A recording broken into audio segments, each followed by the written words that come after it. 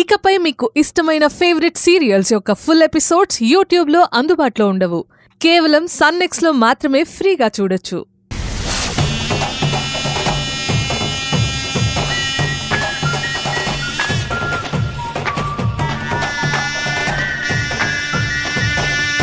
Hello hello madam, ఆ ఈశ్వరి మమ్మల్ని అందరినీ చిత్తకొట్టి తప్పించుకుంది మేడం.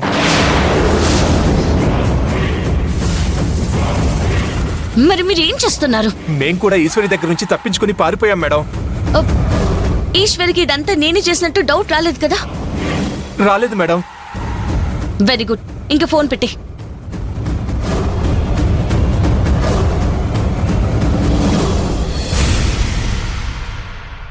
ఈశ్వరి ఇక్కడికొస్తే ఏమవుతుంది? తనకే కదా ప్రాబ్లం. సంతోష్ ఇంటికొచ్చి నిజం చెప్పుంటాడు. తన మీద హంతకురాలు అన్న ముద్ర పోయింటుంది. ఇక లైఫ్ హ్యాపీగా సుందరంతో గడపొచ్చని ఈశ్వరి పరిగెత్తుకుంటూ వస్తుంది.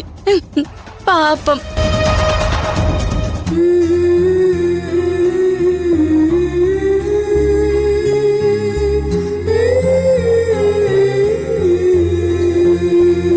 అమ్మా రానన్నా.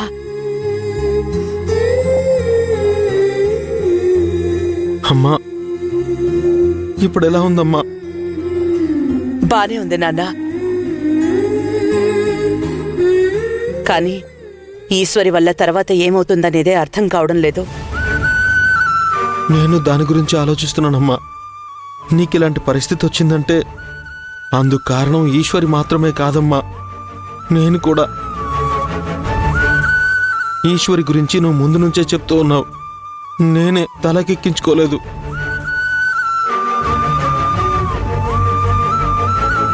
అప్పుడే నీ మాట వినుంటే ఇప్పుడు నీకు పరిస్థితి వచ్చేది కాదమ్మా. నన్ను క్షమించమ్మా. నా భయం అంతా నాకేమన్నా అవుతుందేమో అని కాదు నాన్నా, నీకేమైనా అవుతుందేమోనని. ఈశ్వరి నీ విషయంలో ఎలాంటి దారుణానికి పాల్పడుతుందోనని. దానివల్ల నీ భవిష్యత్తు, జీవితం ఏమైపోతాయోననే దిగులు. అమ్మా, దీని గురించి నువ్వేం బాధపడకు. తొందరలోనే ఈశ్వరి సమస్యకి ఒక పరిష్కారం ఆలోచిస్తాను. పరిష్కారం దొరికింది. ఏంటమ్మా అది? ఈశ్వరి సమస్యకి శాశ్వత పరిష్కారం కోసం, నా సంతోషం కోసం. నేను చెప్పింది చేస్తావా నాన్నా? నీ సంతోషం కోసం నేనేమైనా చేస్తానమ్మా. చెప్పమ్మా, ఏం చేయాలి నేను? చేస్తానని ముందు నాకు మాటివ్వు. నేను నీకు మాటిస్తున్నానమ్మా, చేస్తా. ఈశ్వరికి నువ్వు విడాకులివ్వాలి.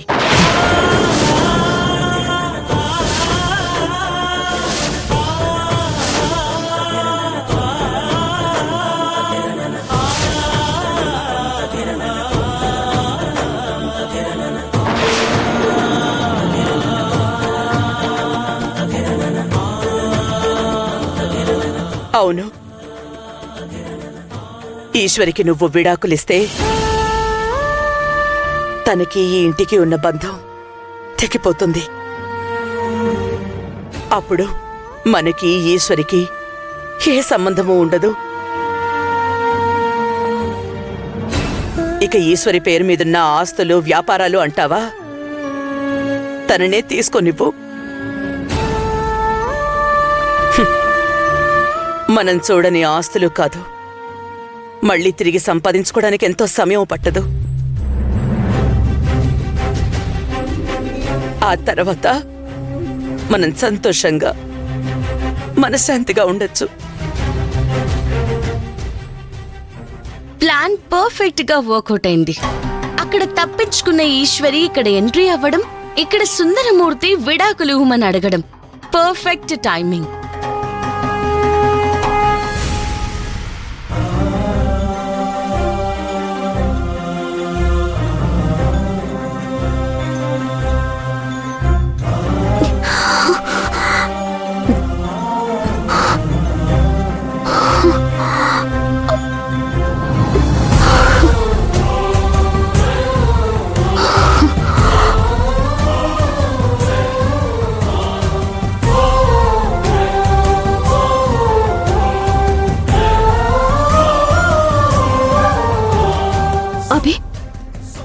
సార్, అత్తయ్య వాళ్ళకి హంతకుడెవరో చెప్పారా?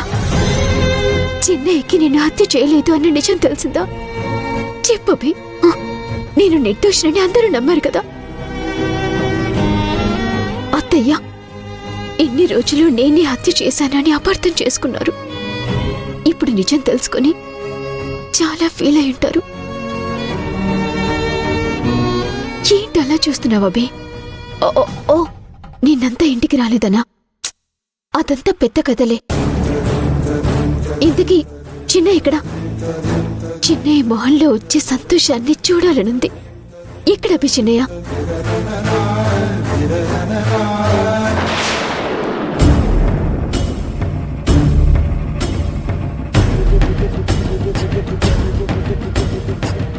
ఏయ్, మీరేంటి ఇంకా ఇక్కడే ఉన్నారు?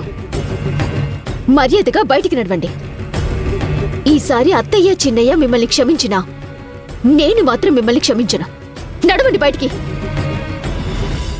బయటికి నడవాల్సింది వాళ్ళు కాదు, నువ్వు.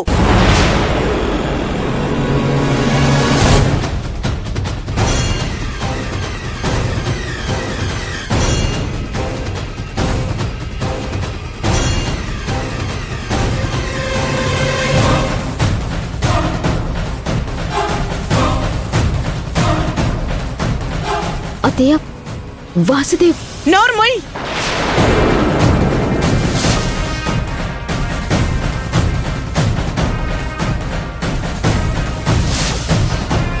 ఎంత ధైర్యం ఉంటే ఆస్తి మొత్తం నీ పేరు మీద రాయమని చెప్తావు? నువ్విలాంటి దానివని తెలియక నమ్మకంతో మేము నీ పేరు మీద పొలం కొంటే ఇప్పుడు దాంతో పాటు పక్కనే మా ఆయన పేరు మీద ఉన్న పొలాన్ని నమ్మేసి సొమ్ము చేసుకోవాలని చూస్తున్నావా? ఎవడప్ప సొమ్మని ఆ పొలాన్ని బేరానికి పెట్టావు?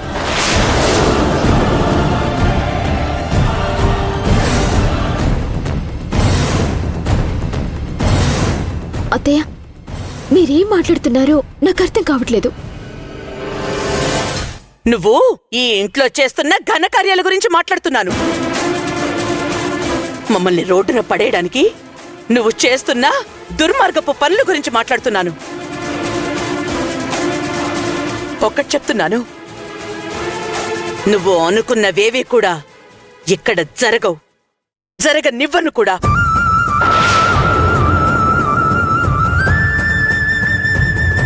వంద మంది శత్రువుల కన్నా ఒక నమ్మక ద్రోహి చాలా ప్రమాదం అంటారు. అది నిజమేనని నువ్విన్నిసార్లు నిరూపించాల్సిన అవసరం లేదు ఈశ్వరి. చేస్తున్నవన్నీ సరిపోనట్టు వాసుదేవ్ మీద దాడి చేసి తల పగలగొడతావా?